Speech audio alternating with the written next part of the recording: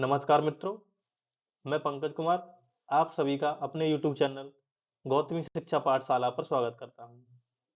मित्रों, आज की क्लास बहुत ही इंटरेस्टिंग होने वाली है क्योंकि आज का हमारा टॉपिक है बोर्ड मास। इस वीडियो में हम बोर्ड मास को क्रिस्टल क्लियर समझेंगे, एक-एक कॉन्सेप्ट समझेंगे, इस पे बेस्ड क्वेश्चन करेंगे और ये चैप्टर आपका बिल्कुल क्लियर हो जाएगा एकदम। तो बोर्ड मास इस चैप्टर को स्टार्ट करते हैं। बोर्ड मास इसे हम हिंदी में भागजोग भी कहते हैं। भा मतलब भाग, गो मतलब गुणा, जो मतलब जोड़, घा मतलब घटाव। भागजोग। इंग्लिश में बोर्ड मास की फुल फॉर्म होती है B for brackets, O for of, of मतलब का, ब्रैकेट मतलब कोष्टक, डिवीजन मतलब भाग, मल्टीप्लिकेशन मतलब गुणा, एडिशन मतलब जोड़ और सब्सट्रैक्शन मतलब घटाव। तो हम किसी भी अंकगणितीय एक्सप्रेशन को इसी ऑर्डर में सॉल्व करते हैं। पहले हम ब्रैकेट सॉल्व करते हैं, फिर हम का, फिर भाग, फिर गुणा, फिर जोड़, फिर घटाव। इसी क्रम में हम किसी भी अंकगणितीय एक्सप्रेशन को सॉल्व करते हैं। जैसे कि एक एग्जांपल से समझते हैं। अगर मैं कहूं 10 माइनस 3 गुणा 2। अब एक स्टूडेंट इसको दो तरीके से सॉल्व कर सकता है। पहला तरीका कि वो 10 में से 3 घटाएगा तो 7 आएंगे, गुणा 2 करेगा तो आंसर आ जाएगा 14। और दूसरा तरीका ऐसे सॉल्व करने का है कि वो 10 में से पहले 3 गुणा 2 करेगा मतलब 6 और 10 में से 6 घटाएगा तो आंसर आ जाएगा 4। तो इसका सही आंसर कौन सा है? तो इसका सही आंसर दोस्तों 4 है, क्योंकि पहले हम बोर्ड मास के रूल के अनुसार पहले गुणा फिर घटाव सॉल्व करेंगे। इसी प्रकार इसका आंसर 4 है। तो बोर्ड मास हमें यही सिखाता है कि कोई भी अंकगणितीय व्यंजक अर्थमेटिक एक्सप्रेशन किस ऑर्डर में सॉल्व होगा। ठीक है, तो आज की क्लास को हम स्टार्ट करते हैं। और उससे पहले हम ये समझ लेते हैं कि ब्रैकेट कितने प्रकार के होते हैं। ये दोस्तों बड़ा ब्रैकेट है, ये मझला कोष्टक है, ये छोटा कोष्टक है। एक कोष्टक और आता है रेखा कोष्टक, उसको हम रेखा कोष्टक लिख देते हैं। जैसे कि 5 माइनस 3, तो ऊपर ये रेखा लगे, इसे कहते हैं हम रेखा कोष्टक। तो सबसे पहले हम इसी ऑर्डर में सॉल्व करते हैं। सबसे पहले हम छोटा कोष्टक सॉल्व करते हैं, फिर मझला, फिर बड़ा कोष्टक। बोर्ड मास को समझने से पहले हम तीन कंडीशन है इनको और समझ लेते हैं कि किस तरीके से काम करती हैं चीजें। जैसे कि मैं कहूँ आपसे x plus Y plus Z कोष्टक में है तो इसका मतलब x plus Y plus Z होता है। जैसे कि मैं कहूँ 3 प्लस 4 प्लस 5, तो हम इसको यह भी लिख सकते हैं 3 प्लस 4 प्लस 5। इसका मतलब एक ही है, आंसर 3 और 4 7 और 5 12 ही आएगा। इसी प्रकार अगर हम ऐसे x माइनस कोष्टक में y प्लस जेड, तो इसको लिखते हैं हम x minus y minus z. जैसे कि 8 माइनस 2 प्लस 4, तो हम इसको सॉल्व करके लिखेंगे 8।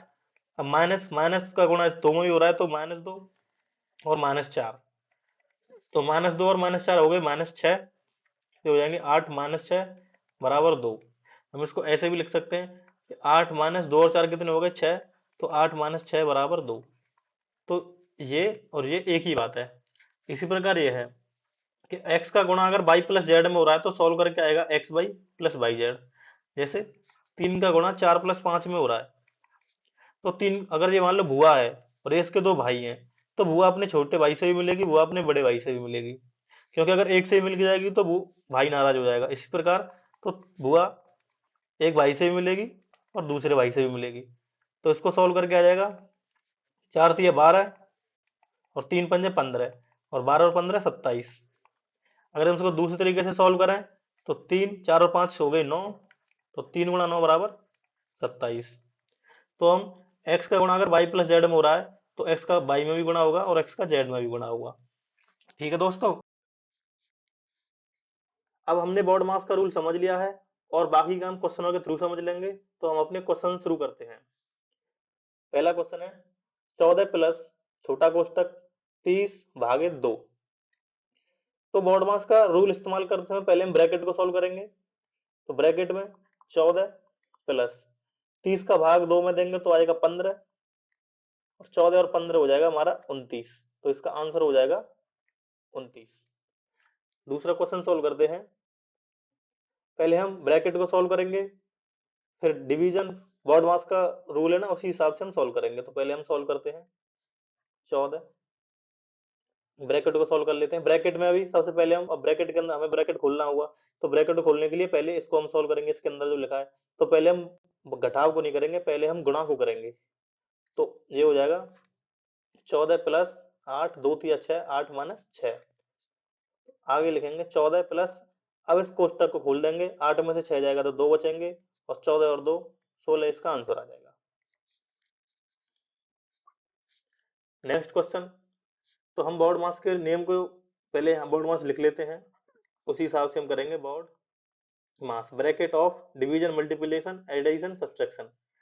तो सबसे पहले हम इसमें, ब्रैकेट तो है नहीं, ऑफ भी नहीं है, तो उसके बाद आता है डिवीजन। तो हम इसमें पहले भाग देंगे, तो इसको लिख लेते हैं 17।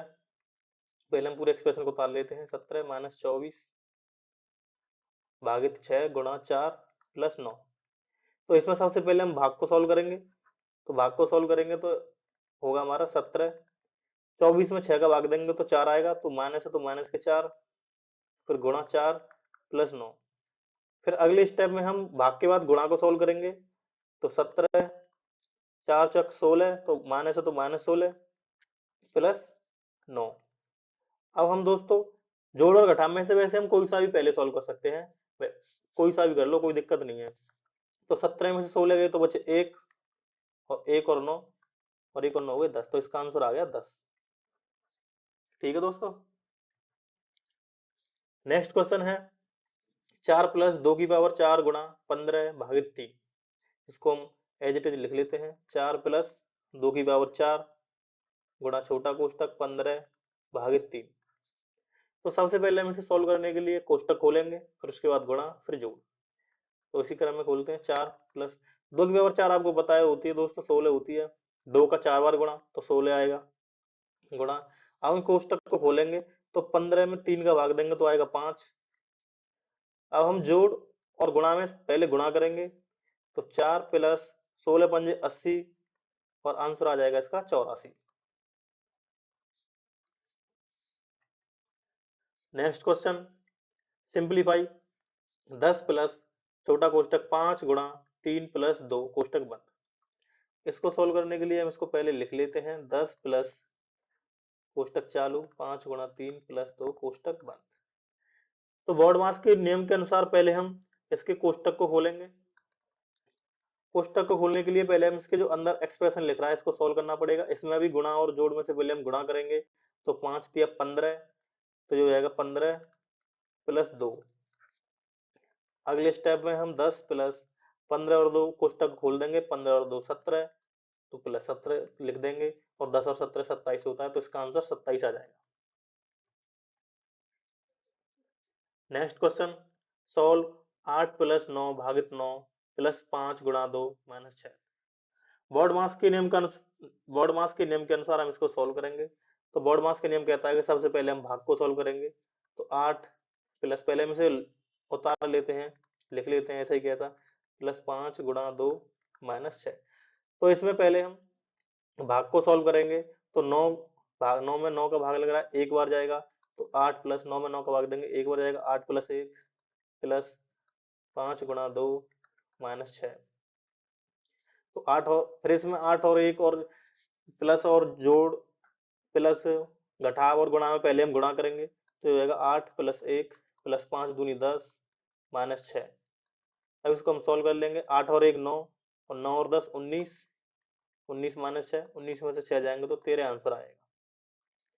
ये दोस्तों हम इसे स्टेप बाय स्टेप कर रहे हैं, हम इसे ऐसे भी लिख सकते हैं अगर इसे शॉर्ट में करना चाहें, जैसे कि 8 प्लस 9, एक लाइन में भी आंसर आ सकता है इसका, लेकिन हम समझाने के लिए इसे बड़ा बिल्कुल खोल कर लिख रहे हैं जिससे सबके समझ में आए। जैसे कि 9 में 9 का भाग जाएगा, एक आएगा, 5 दूनी 10, तो 8 और 1 9, 9 और 10 19, 19 में से 6 गए तो 13। तो हम इसे ऐसे ही लिख सकते हैं, लेकिन समझाने के लिए हम इसे पूरा लिख रहे हैं जिससे सभी को पूरा समझ में आए। अगला क्वेश्चन है दोस्तों, solve the expression using BODMAS rule. तो बॉड मास के रूल के अनुसार हमें इसे सॉल्व करना है। पहले इस क्वेश्चन को हम एज इट इज लिख लेते हैं, 50 माइनस 2 प्लस 3 प्लस 18।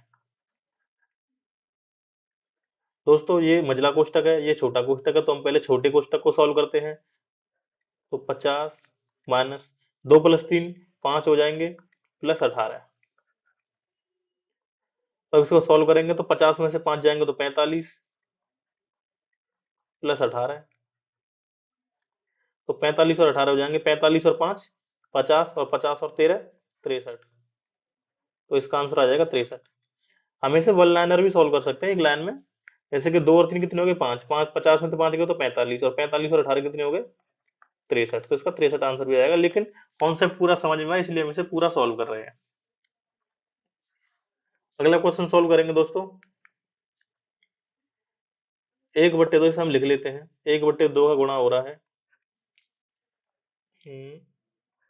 ये बड़ा कोष्टक, ये मझला कोष्टक, -2 1 + 7 10। तो पहले हम छोटा कोष्टक सॉल्व करते हैं, फिर मझला कोष्टक, फिर बड़ा कोष्टक। तो उसी हिसाब से हम सॉल्व करेंगे। तो 1/2, पहले हम छोटे कोष्टक को सॉल्व करेंगे, -2 1 और 7 8 होते हैं, तो -2 × 8 और गुणा 10। अगले स्टेप में हम 1/2, अब हम मझली कोष्टक को सॉल्व कर लेंगे। -2 × 8 होता है दोस्तों -16, तो जाएगा -16 × 10, तो ये जाएगा 1/2। -16 × 10 करेंगे तो ये हो जाएगा -16 × 10 -160, तो यहाँ लिख लेंगे -160 बट्टे 2। तो -160 बट्टे 2 करेंगे तो हमारा आंसर आ जाएगा -80। तो इसका आंसर हो जाएगा -80। अगर हम किसी भी नेगेटिव संख्या में, जैसे कि माइनस में, अगर हम माइनस का गुणा करते हैं तो प्लस आ जाता है। अगर हम प्लस की संख्या में माइनस का गुणा करते हैं तो माइनस आ जाता है। अगर हम माइनस की संख्या में प्लस का गुणा करते हैं तो माइनस आ जाता है। अगर हम प्लस की संख्या में प्लस का गुणा करते हैं तो प्लस आ जाता है। ठीक है दोस्तों।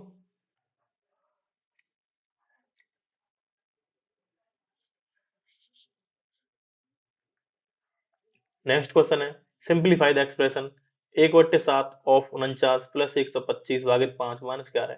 यहाँ दोस्तों ऑफ का मतलब होता है का,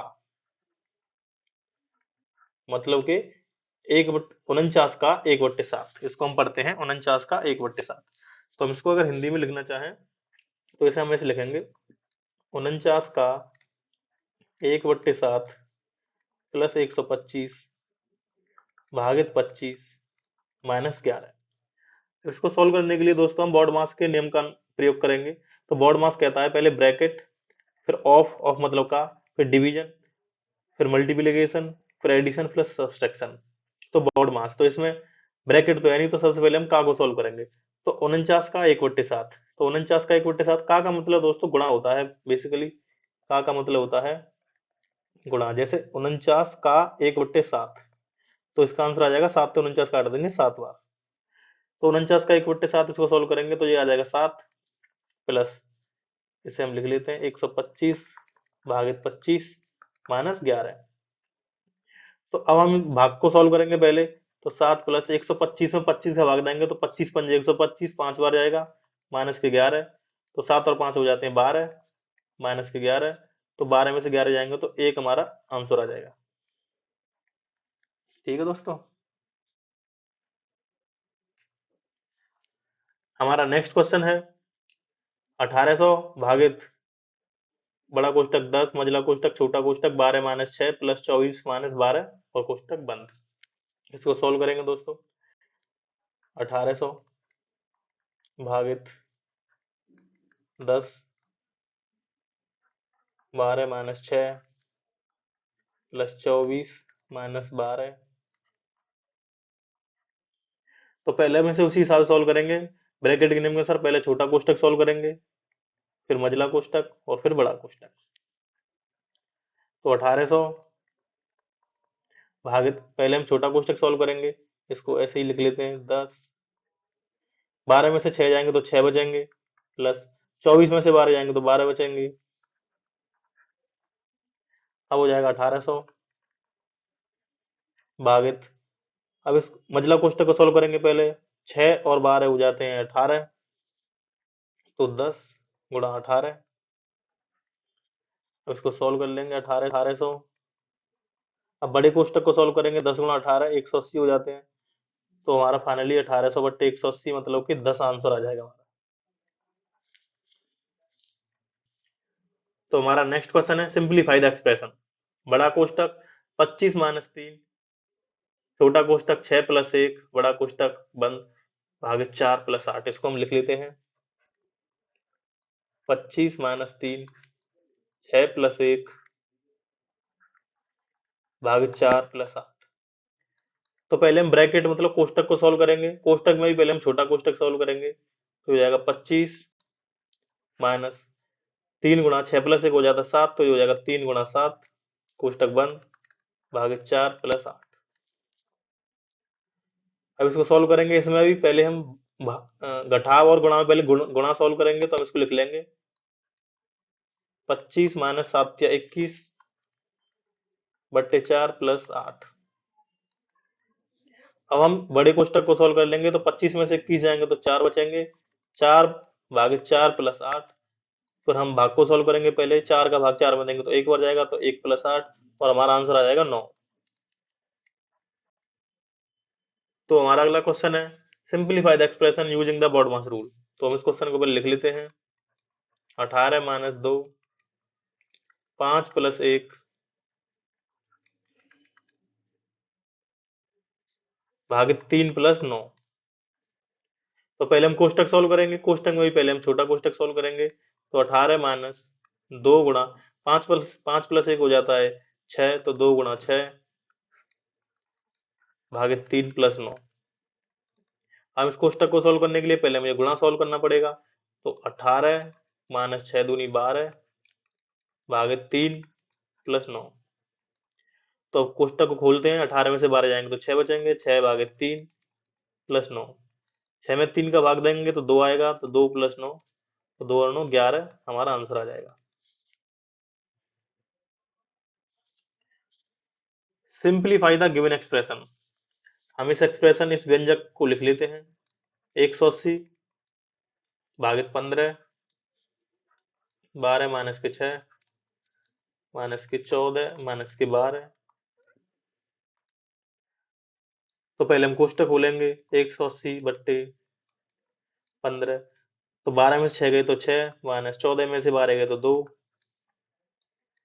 आगे हो जाएगा 180 भागित 15।